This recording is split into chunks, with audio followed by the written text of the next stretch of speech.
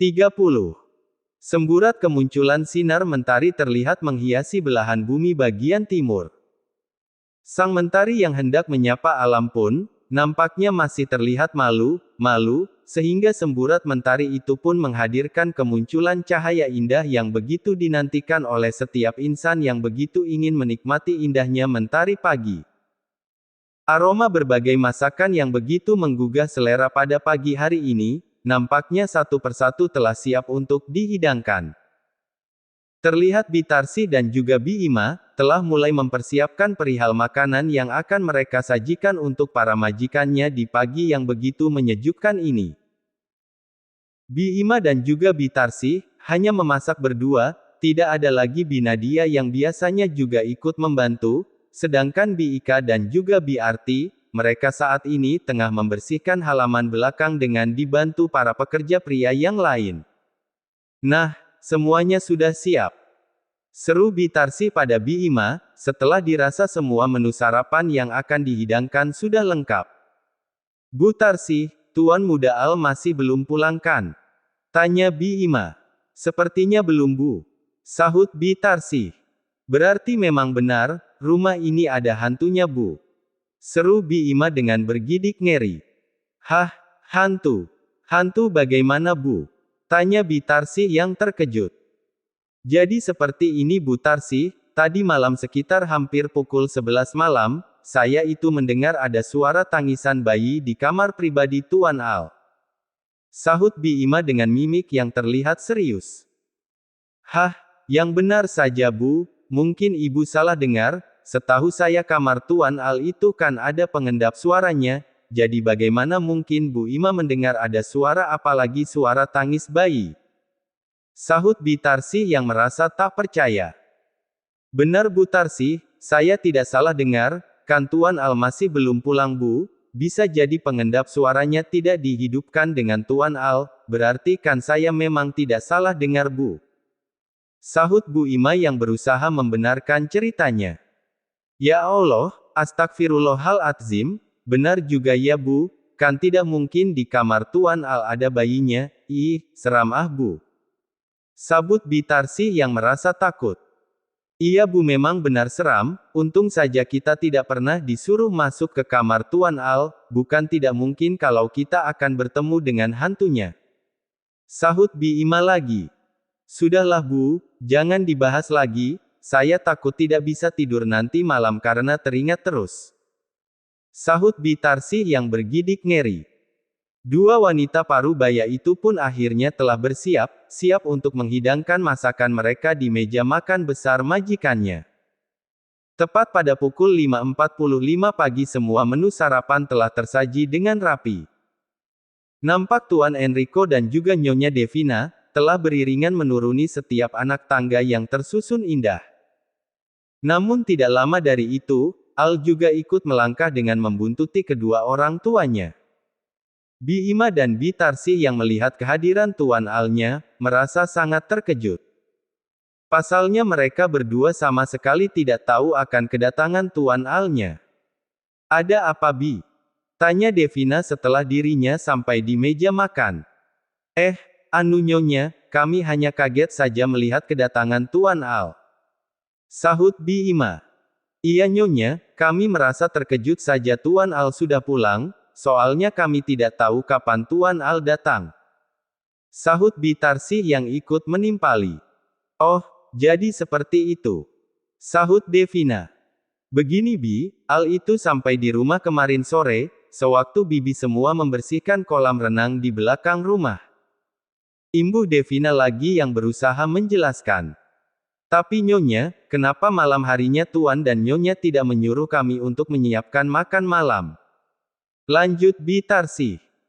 Oh itu, kalau makan malam memang sengaja kami tidak menyuruh Bibi, karena saya ingin makan makanan yang dari luar saja, ya jadinya saya memesannya. Sahut Devina. Oh, begitu ya Nyonya. Sahut Bima dan Bitarsi bersamaan. Namun meski sang Nyonya majikannya menjelaskan, tetap saja hal itu membuat Bima masih penasaran. Suara tangisan bayi yang ia dengar semalam bukanlah suara tangisan bayi kartun, tetapi benar-benar suara tangisan bayi anak manusia. Tuan Al, panggil Bi Ima. Al yang baru selesai meletakkan nasi dan beberapa lauk di piringnya pun langsung menoleh pada Bi Ima. Iya Bi, sahut Al. Tapi sebelum saya mengatakannya, saya mohon Tuan Al tenang ya. Seru Bi Ima menginterupsi. Al mengernyit bingung, apa maksud bibinya jika dirinya harus tenang, memangnya apa yang ingin dikatakan? Tuan Al, apa Tuan tidak pernah diganggu hantu kalau malam hari di kamar sendirian? Tanya Bi Ima dengan mimik seriusnya. Apa hantu? Bukan hanya Al yang menjawab tetap juga dengan Devina dan Enrico. Hantu apa Bi? Tanya Devina yang sudah mulai menegang. Iya Nyonya hantu, tadi malam sewaktu saya selesai dari dapur dan ingin kembali ke kamar, saya itu mendengar dengan sejelas-jelasnya kalau di kamar Tuan Al ada suara tangisan bayi, dan saya yakin itu pasti hantu Nyonya. Sahut Bi Ima dengan bergidik ngeri. Al, Devina, dan Enrico yang mendengar cerita dari Bi Ima pun, saling menatap satu sama lain, hingga akhirnya mereka. Ha. Ketiga majikan itu tertawa dengan begitu kencangnya. Sedangkan Bi Ima dan Bi Tarsih yang melihat ketiga majikannya tertawa terbahak-bahak menjadi bingung sendiri. Aduh perutku.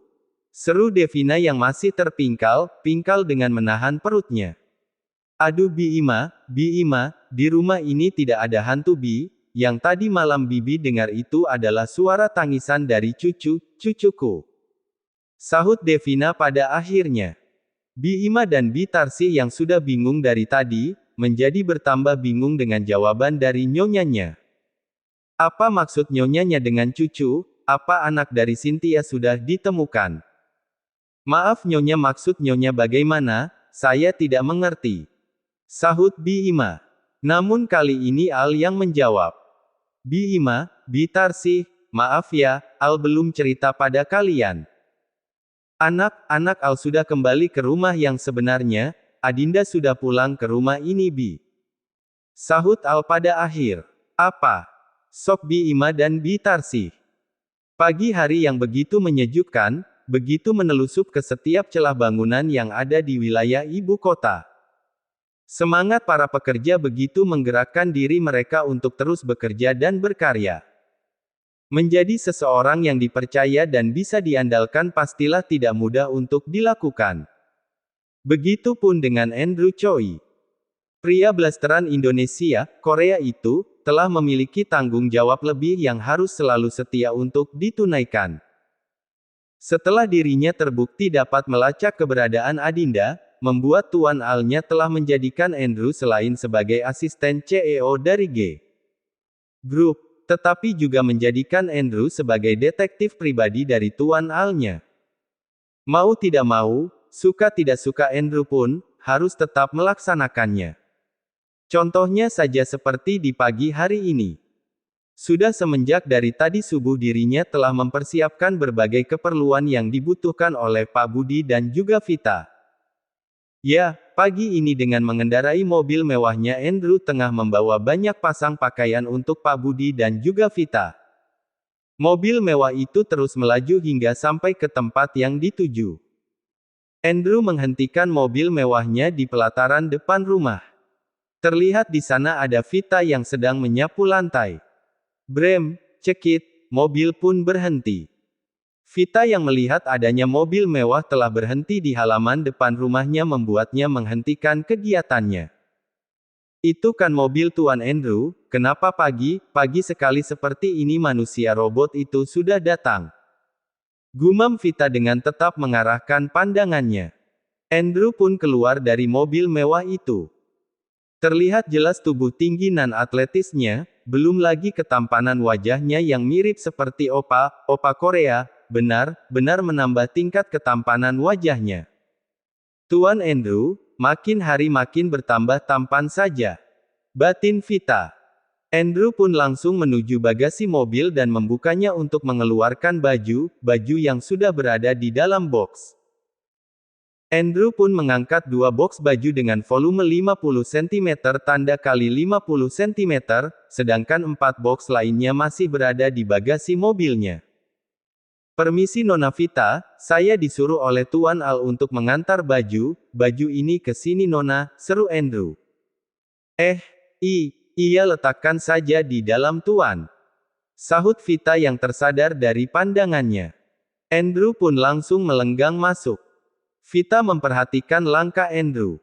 "Kasihan sekali Tuan Andrew, sepertinya barangnya berat," gumam Vita. Tanpa berpikir panjang Vita pun tergerak untuk membantu Andrew. Ia mencoba mengambil dua boks baju itu dari bagasi mobil, sama seperti yang dilakukan oleh Andrew tadi. "Ya Allah ini kenapa berat ya, padahal ini kan isinya hanya baju, kenapa aku seperti membawa beras 5 kilo?" gumam Vita dengan sambil melangkahkan kakinya. Andrew telah selesai meletakkan dua boks baju, sekarang dirinya akan mengambil boks yang lainnya lagi. Namun ketika dirinya telah berada di luar, betapa terkejutnya Andrew. Ia melihat Vita dengan membawa dua boks baju sama seperti yang dirinya lakukan tadi. "Astaga, apa yang dilakukan oleh wanita itu?" gumam Andrew dengan sedikit kesal. Vita terus melangkah dengan membawa dua boksnya itu. Ia ingin melewati dan melangkah ke teras rumahnya yang satu tingkat lebih tinggi. Namun naas, karena pandangannya yang tertutup oleh dua boks yang dibawanya, membuat Vita tidak bisa melihat dengan benar kemana kakinya berpijak. Hingga akhirnya kaki Vita pun tertahan dan meleset ke bawah, akibatnya Vita tidak bisa menjaga keseimbangan tubuhnya dan akan terjatuh. Astagfirullahaladzim. Pekik Vita, dengan tubuhnya yang sudah limbung ke depan. Geluduk, geluduk, geluduk, dua boks baju itu pun terjatuh dan menggelundung. Sedangkan tubuh Vita yang sudah siap mendarat di atas teras yang keras itu, tiba-tiba saja ditarik dengan begitu kuatnya oleh Andrew. Hingga tubuh mungil Vita berada dalam dekapannya. Namun sangat disayangkan, karena Andrew yang pada saat itu juga tidak memiliki persiapan yang baik untuk menolong Vita, akhirnya dua tubuh yang masih saling merengkuh itu pun tidak bisa menjaga keseimbangan. Andrew dan Vita sedikit berputar-putar hingga tubuh mereka akan terjatuh. Andrew yang saat itu tidak ingin tubuh mungil Vita terluka, membuat Andrew langsung membalikkan posisinya untuk menggantikan tubuh Vita, hingga akhirnya kap. Mereka berdua terjatuh dan terjadilah sebuah cium asteris N yang tak disengaja itu. Andrew bisa merasakan bibir kenyal dari gadis yang masih ada di rengkuhnya itu. Hingga setelah beberapa detik lamanya, Vita tersadar dengan apa yang sudah terjadi. Tanpa berpikir panjang, Vita langsung mengangkat kepalanya dan berusaha bangkit dari tubuh kekar Andrew. Begitupun dengan Andrew, ia mulai tersadar dari kejadian yang baru saja dia alami. Maafkan saya Tuan," seru Vita yang merasa malu. "Oh tidak, maksudku harusnya aku yang meminta maaf," sahut Andrew dengan menggaruk tengkuknya yang tak gatal. "Maaf Tuan, kalau begitu saya permisi mau ke dalam," sahut Vita. Tanpa menunggu jawaban dari Andrew, Vita pun langsung berjalan dengan setengah berlari. Ia benar-benar sangat malu dengan apa yang baru saja terjadi. "Ya Allah Vita, seharusnya kamu memberikan bibirmu ini untuk suamimu, tapi ini apa Tuan Andrew sudah lebih dulu mendapatkannya," gumam Vita yang merasa malu bercampur kesal. Dengan terus melangkah masuk, Andrew yang melihat tingkah malu dari Vita menjadi tersenyum. Ternyata dia gadis pemalu. Batin Andrew tersenyum.